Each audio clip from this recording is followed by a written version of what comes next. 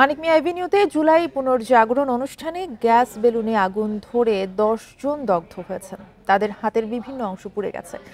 Bundle থাকলে প্রতি সেনমানিতে টাকা বাঁচবে। বিকাশ সেনমানি বান্ডেল কিনে জিতুন প্রতি লেনদেনে।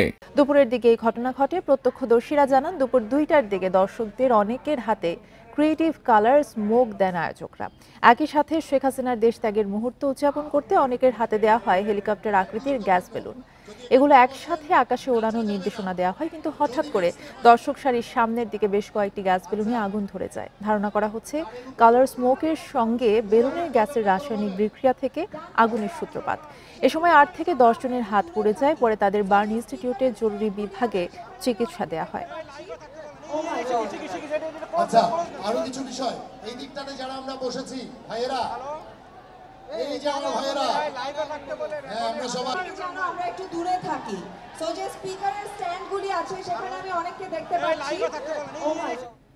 সংবাদে আবারও বিরতি নিচ্ছি, সঙ্গেই থাকুন।